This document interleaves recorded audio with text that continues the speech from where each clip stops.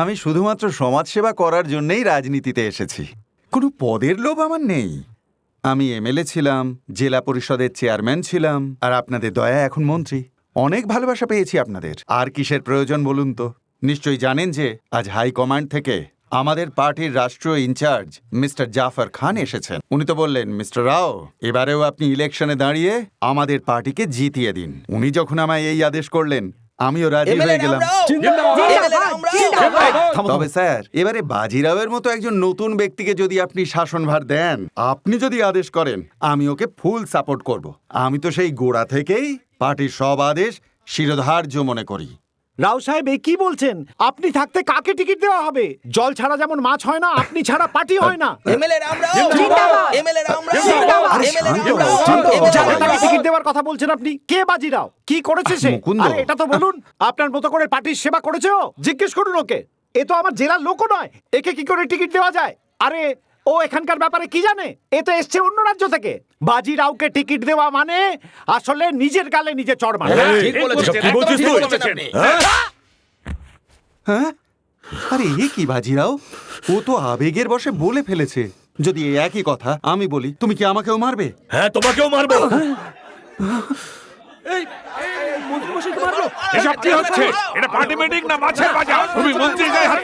দেখো ভাই, তুমি পার্টি ইনচার্জের সামনে আমার গায়ে হাত তুলেছো, আর এখন যদি মিস্টার জাফর আমাকে এটা জিজ্ঞেস করেন যে বলো, এইরকম ইতর অসভ্য একজনকে তুমি রেকমেন্ড করছো, তাহলে এনার গায়ে হাত তুলবে? আমার গায়ে হাত তুলবে কেন? এ কোন মহাপুরুষ? এই না, বেরো।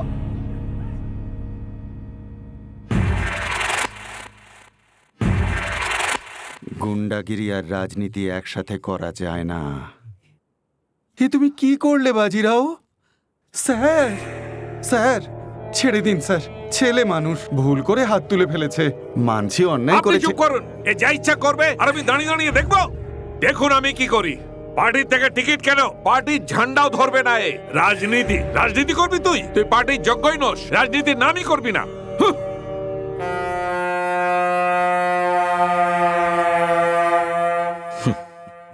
আমাকে হুমকি দিয়ে গেল।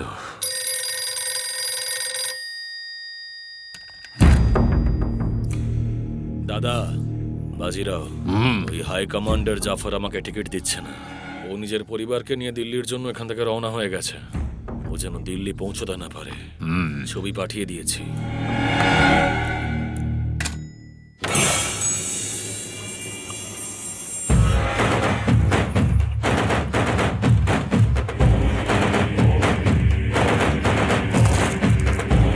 আরে ছাড়ো, ছাড়ো, কি করছো কি?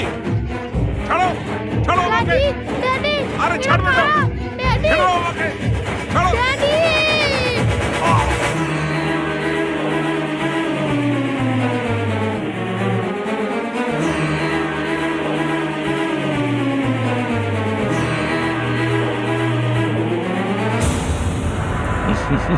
খবর ভুল চেপেছে। যে মেরেছে সে ডাকাত নয়, বরং আমার দাদা Rashbehari.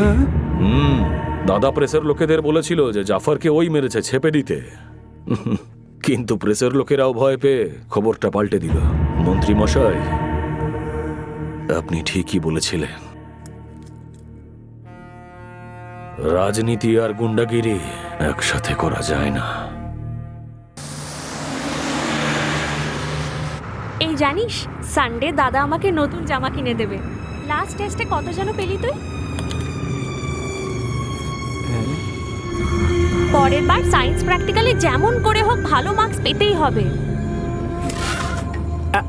Good good good one, good one. সামনে তাকাও মাসিমা, লালে লাল হয়ে গেছে। একটা জিনিস দেখবি নাকি খুকুমনে? দেখ দেখ।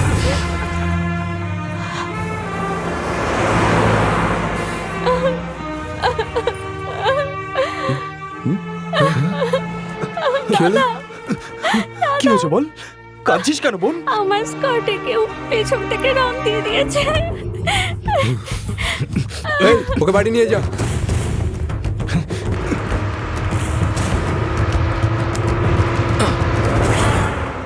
এই, কে করেছিস এই কাজ? আমাদের বোনের স্কার্টে রং কে ছিটিয়েছিস? বোনের ভাইরা এসে কে বললি রে? এ লুকিয়ে আছিস কেন? সামনে আয়।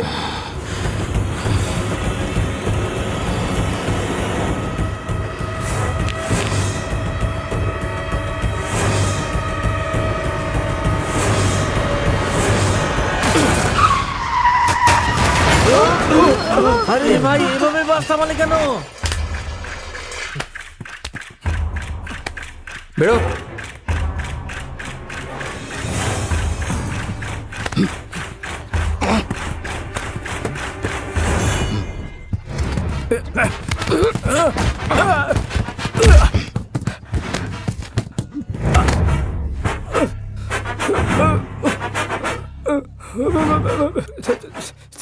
ছেড়ে দাও আমাকে ছেড়ে দাও। তোকে যেতে দেবো? জানিস তুই কার বোনের গায়ে কালি ছুঁড়েছিস আমি তুই? ভুল করে ফেলেছি, এবার কোনোদিন করবো না। প্লিজ ক্ষমা করে দাও আমাকে ভাই।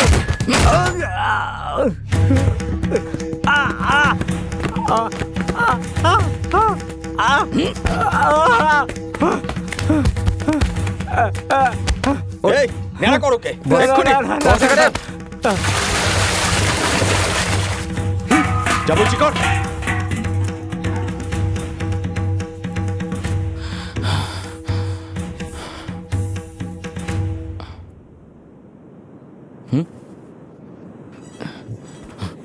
কি হলো ভাই?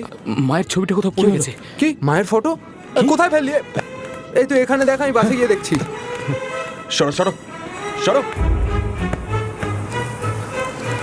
ধুস, গোটা বাস খুঁজে দেখলাম ভাই, ফটোটা পেলাম না।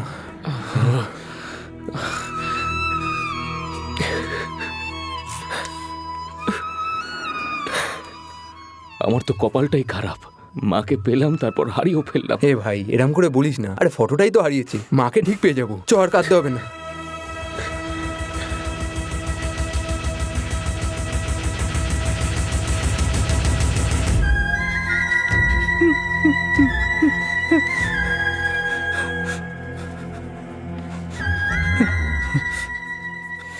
এটা তোর মা নয়, আমার মা। এটা শুধু আমার মা, তুই একটা অনাথ। ওম দেবতাভ্য পৃথিবশ্চ মহাদগুভ্য এব চ নমঃ সদায় ওই সাহা ওই নিত্যমেব তদস্থিতি। মা, আপনার ছেলের আত্মার শান্তির জন্য প্রার্থনা করুন। কাশী থেকে গঙ্গা জল এনেছি মা, এটা যদি তুমি তোমার ঘরে রাখো তাহলে তোমার মৃত পুত্রের আত্মা শান্তি পাবে।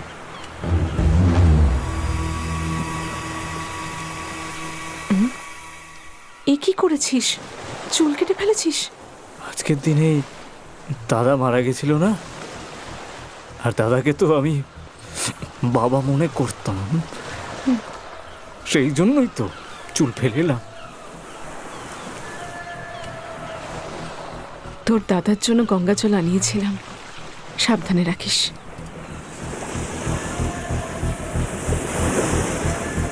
আচ্ছা, আজকেও আমি মাকে বোঝাতে পারলাম না।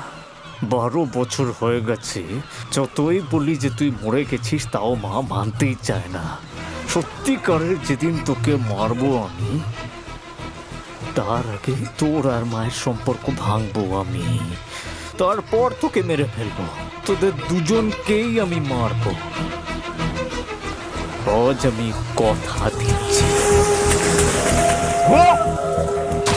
তুই আমার থেকে মাকে কেড়ে নিতে পারবি না, কোনোদিনও মাকে তুই কেড়ে নিতে পারবি না, তুই জেনে রাখ।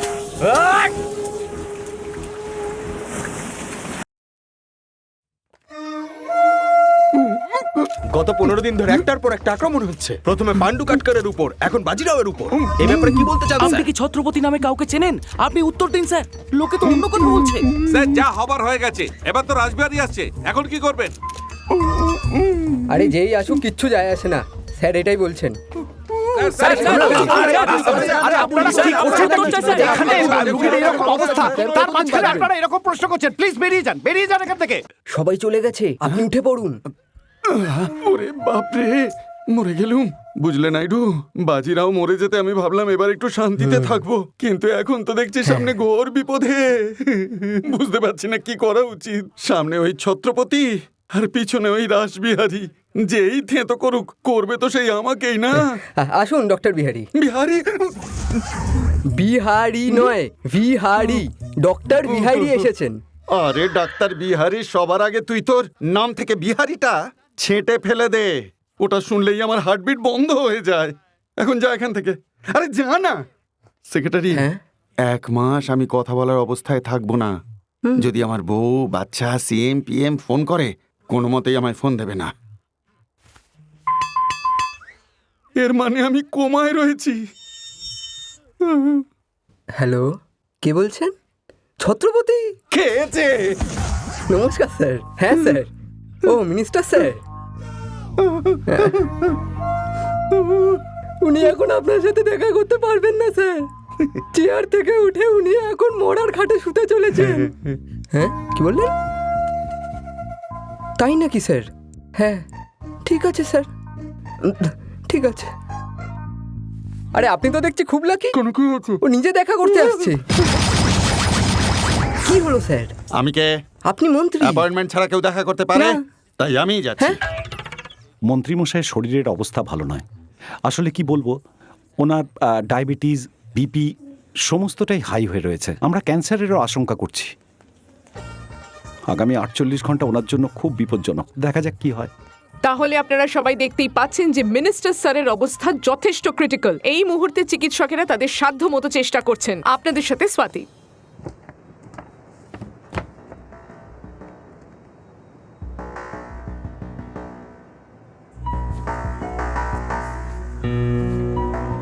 আজ থেকে এখানে কোনো বিজনেস বা কন্ট্রাক্ট বেআইনিভাবে হবে না। ছোট বাচ্চাদের দিয়ে স্মাগলিং আর কালোবাজারি আজ থেকে সব বন্ধ। আরে বাপরে, আমার তো সব গেল। আমার কোটি টাকার মালে ও এবার আগুন লাগিয়ে দেবে। আপনি সত্যিই খুব লাকি স্যার। কেন? আপনি যে ইল্লিগাল এখনো পর্যন্ত জানেন। এত সততা দেখালে কি আর লাভ থাকবে স্যার? এতদিন ধরে তোমরা এইসব মন্ত্রীদেরকে ঘুষ খাইয়ে এসেছো আর নিজেদের ক্ষতিপূরণের জন্য খেটে খাওয়া মানুষদেরকে ঠকিয়েছো। কিন্তু আজকের পর থেকে তোমাদের আর ঘুষ দেওয়ার কোনো দরকার নেই, বরং খেটে খাওয়া মানুষদের হাতে তাদের প্রাপ্য তুলে দেবে, তবেই ভালো থাকবে। এতদিন তোমাদের ভয় দেখিয়ে বাজিরাও যে টাকা নিয়েছে, আমি সেই টাকা গরিবদের হাতে তুলে দেব।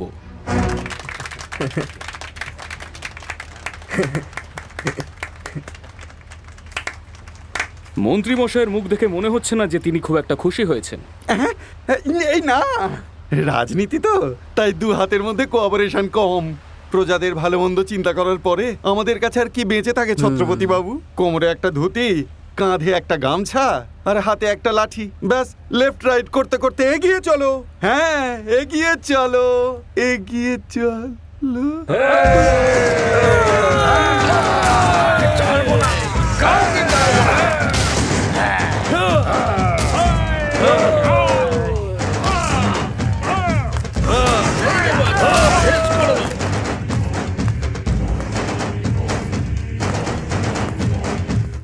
ছত্রপতি, আমার ভাইকে মেরে ওই চেয়ার তুই দখল করেছিস, কিন্তু ওই চেয়ারে তুই বসতে পারবি না, সেই ক্ষমতা তোর নেই।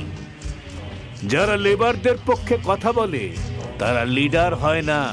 যদি ওখানে বসতেই হয় তাহলে গায়ে এই স্যুট নয়, মেজাজে আগুন, ক্রোধ আর ধূর্ত হতে হবে, যেটা তোর মধ্যে নেই। মনে রাখিস, তুই আমার ভাইয়ের চেয়ার যে দখল করেছিস সেটা ফেরত নিতে আমার জুতো পরতে যে সময়টা লাগে তাও দরকার হবে না। আমার নাম হলো রাসবিহারী। হ্যাঁ, আমি হলাম এখানকার বস।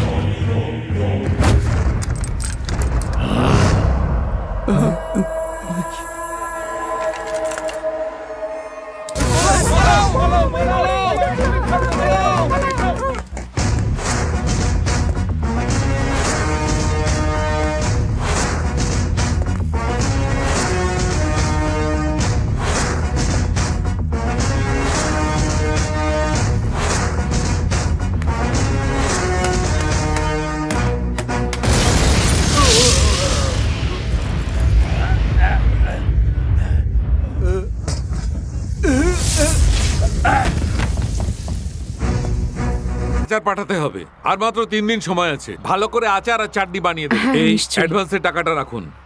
আমি পরশুদিন আসবো, প্যাক করে রাখবেন, সোজা এয়ারপোর্ট ঠিক যাব। আছে।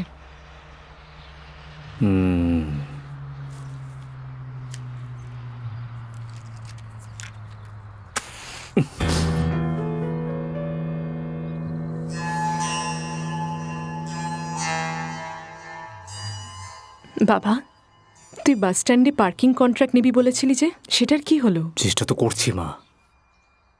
পরশুদিন 10,000 টাকা পাবো, দরকার পড়লে নিয়ে নিস। আমি আর একা সংসার ঠেলতে পারছি না রে। যদি তুইও আমাকে একটু সাহায্য করতিস আমি জানি মা। তাহলে। তুমি বলছো যখন, কাজ তো এবার আমাকে করতেই হবে। আর কাজ করব আমি, এমন কাজ করব যাতে আমাদের সবার লাইফ সেট হয়ে যায়।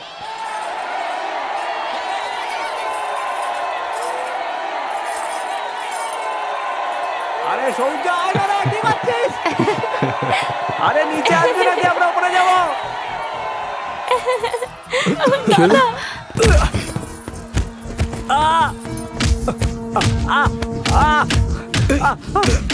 লাগছে, মারো, মেরে ফেলো আমাকে, প্রাণে মেরে ফেলো তোমরা। আমার মতো লোকের বাঁচার কোনো অধিকার নেই। আমি এখানে মেয়েটাকে বিরক্ত করতে আসিনি। আমি এখানে এসেছিলাম মরে যাওয়ার আগে শেষবারের মতো ক্ষমা চাইতে এসেছিলাম। আমার অন্যায়ের কথা জেনে মায়ের হার্ট অ্যাটাক হয়ে মা মারা গেল। সন্তান মা বাবার মৃত্যুর পর ন্যাড়া হয়, কিন্তু আমি আগে ন্যাড়া হয়েছি, তারপর আমার মা মারা গেছে। আমি কোনো কাজ করতাম না, চাকরি বাকরি করে ভেবেছিলাম মায়ের ইচ্ছে পূরণ করবো, কিন্তু তার আগেই সব শেষ হয়ে গেল। আমি অভাগা, অভাগা, অভাগা, আমি অভাগা। আমি এবার মরে যেতে চাই। আমার আর বেঁচে থাকার ইচ্ছে নেই। কি হলো? ক্ষমা করো, আমি এরকমটা ভাবিনি। কিন্তু আপনি কেন ক্ষমা চাইছেন? আমার নিজের ভুল শোধরাতে হলে মরতেই হবে, যাই হোক। না, তোমার মা চেয়েছিলেন তুমি একজন ভালো মানুষ হও। অজয়, ওকে একটা কাজের ব্যবস্থা করে দে।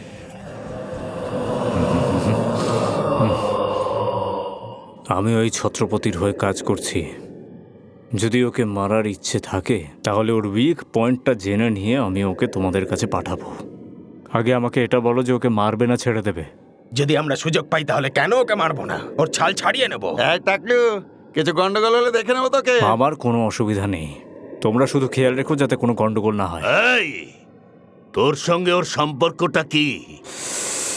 তেমনই সম্পর্ক যেমন চুল আর খুরের।